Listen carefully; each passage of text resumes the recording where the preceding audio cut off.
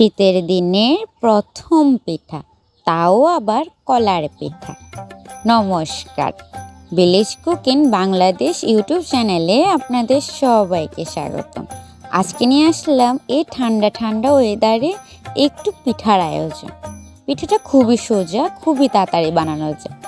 মায়ের মুখে শুনেছি এই শীতের সময় সন্ধ্যাবেলা মাটির চুলার পাশে বসে দিদা নাকি অনেক ধরনের পিঠা বানাইতো, আর মারা আগুনের তাপে বসে বসে সে পিঠা খেত। চলো আজকে আমরাও একটু সেই ফিলটা নিয়ে আসি। আজকে বানানো হবে কলার পিঠা। এখানে 3টা কলা আর একটু নারকেল কুচনো নেওয়া হয়েছে। এরপরে কিছুটা আটা আর একটু ময়দা আর একটু সুজি, চিনি আর একটু তরল দুধ দিয়ে এই পিঠাটা তৈরি হবে। খুবই সোজা আর খুবই তাড়াতাড়ি, বাড়তি কোনো ঝামেলা নেই। বেশিরভাগ সময় প্রত্যেকের ঘরে এই জিনিসগুলো থাকে। কখনো ভাবা যায় চালের গুঁড়া ছাড়াও এরকম পিঠা বানানো যায়। আসলে মায়ের কাছে অনেক ধরনের কথাই শুনেছি, অনেক পিঠার আয়োজনের কথাও শুনি, কিন্তু কখনো আমরা ওই ফিলটা নেওয়ার চেষ্টাই করি না। আধুনিকতার ছোঁয়ায় বাজারের ওই যে রেডিমেড পিঠাগুলো খেতেই আমরা বেশি পছন্দ করি। অনেকে তো আমরা পিঠা পছন্দও করি না, কিন্তু আমরাও মাঝে মধ্যে পিঠা এরকম অদ্ভুত না জানা কিছু পিঠা সম্বন্ধে মা যখন বলে তখন বড্ড লোভ পায়। তখন ভাবলাম যেহেতু আমাদের মাটির চুলা আছে, কেননা আমরা ওই সেই গ্রামের ফিলটা নিই। তাই যেভাবে সেই কাজ, মাকে বলার সাথে সাথে মা বলল চল। তো আর কি, চলে গেলাম মাটির চুলার সামনে, আর সব আয়োজন নিয়ে বসেইছিলাম। সচরাচর সবার ঘরে এগুলো এখন থাকে, আর যেহেতু পিঠার মরশুম, এগুলো এখন সবাই পছন্দ করবে। ঘরে অতিথি, আপনি কিন্তু ঝটপট এই পিঠাটাও কিন্তু বানিয়ে নিতে পারেন।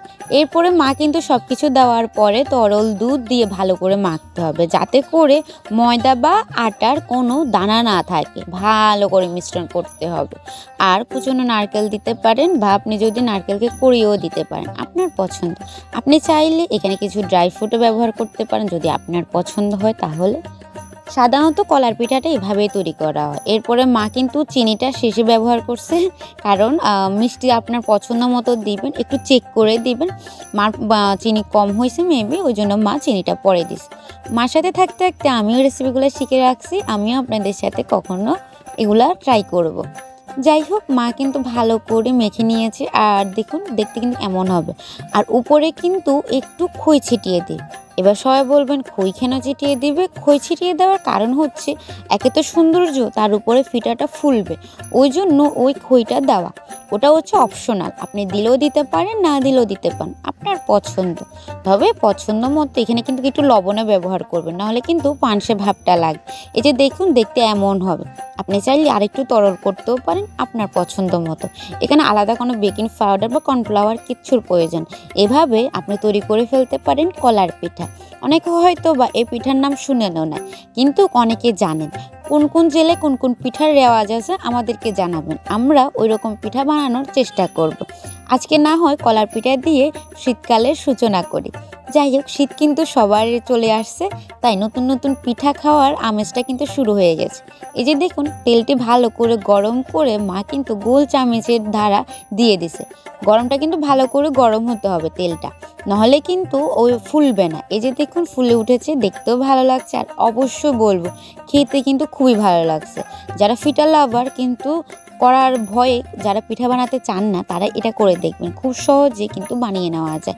এই যে দেখুন পিঠাটা কি সুন্দর করে করে ফুলে ওঠে, আর একটু বড় করে বানানো হচ্ছে। আপনি চাইলে একটু ছোট করেও বানাইতে পারেন আপনার পছন্দ মতো। একটা পিঠা খেয়ে কিন্তু পেট ভরে যায়। আমাদের পিঠা মোটামুটি শেষ। এই যে একটু লালচে লালচে হওয়ার পরে কিন্তু পিঠাটা নামিয়ে নিব। দেখতে কেমন হয়েছে জানাবেন, আর অবশ্যই আপনারাও এরকম একটা পিঠা ট্রাই করবেন। ট্রাস্ট মি, খুব ভালো লাগবে। যাই হোক, আজকের মতো এতটুকুই। আবার দেখা হচ্ছে নতুন কোনো ভিডিওতে, নতুন কোনো সময়। সবাই ভালো থাকবেন, সুস্থ থাকবেন, আর খুব তাড়াতাড়ি আবারও নতুন রেসিপি নিয়ে আসবো। আর আপনাদের যদি আমার ভিডিওগুলো ভালো লাগে, অবশ্যই লাইক কমেন্ট শেয়ার করবেন, আর আমার পাশে থাকবেন, একটু সাপোর্ট করবেন। অবশ্যই নতুন নতুন ইউনিক ভিডিও দেওয়ার চেষ্টা করব। সবাই ভালো থাকবেন, সুস্থ থাকবেন।